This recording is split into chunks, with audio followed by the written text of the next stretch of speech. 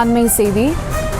Broadway பேருந்து நிலையத்தை தற்காலிகமாக தீவுத்திடலுக்கு மாற்ற திட்டமானது தீட்டப்பட்டிருக்கிறது.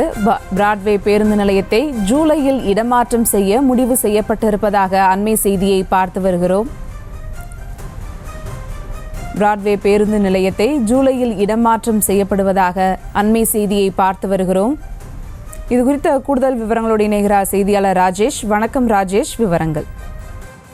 வணக்கம். பிராட்வே பஸ் ஸ்டாண்ட் ஜூலையிலே இடமாற்றம் செய்யப்படுகின்றது. சென்னையில் இருக்கக்கூடிய பிரபலமான அந்த பேருந்து நிலையங்களிலே ஒன்றாக பிராட்வே பேருந்து நிலையம் இருக்கின்றது. கோயம்பேடு பேருந்து நிலையம் வருவதற்கு முன்னதாக சென்னையிலிருந்து வெளியூர் செல்லக்கூடிய பேருந்துகள் பிராட்வேயிலிருந்து தான் செல்லக்கூடிய ஒரு நிலை இருக்கின்றது. தற்போது கோயம்பேடு, அதன் பிறகு கிளாம்பாக்கம் போன்றவை வந்துவிட்டாலும் கூட பிராட்வே பேருந்து நிலையத்தை பயன்படுத்தக்கூடிய மக்கள் என்பது மிகவும் அதிகமாக இருக்கின்றார்கள். இங்கிருந்து திருவள்ளூர் உள்ளிட்ட பல மாவட்டங்களுக்கும் பேருந்துகள் பயணிக்கக்கூடிய ஒரு நிலை தற்போதும் இருக்கின்றது.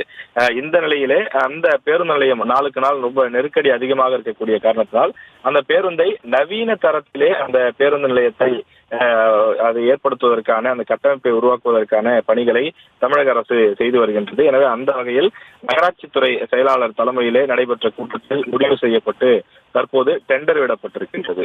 பிராட்வே பஸ் நிலையம் அருகே அந்த 823 கோடியிலே புதிய வளாகம் கட்டக்கூடிய பணியும் நடைபெற இருக்கின்றது.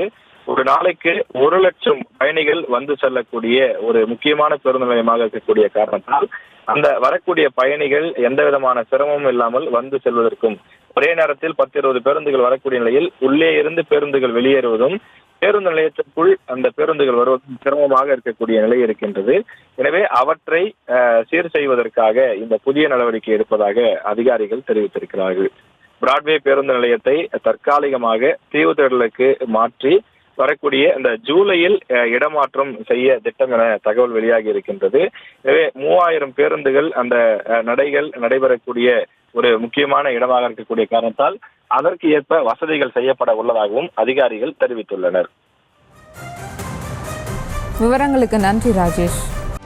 செய்திகளை உடனுக்குடனும் துல்லியமாகவும் தெரிந்து கொள்ள சப்ஸ்கிரைப் பண்ணுங்க.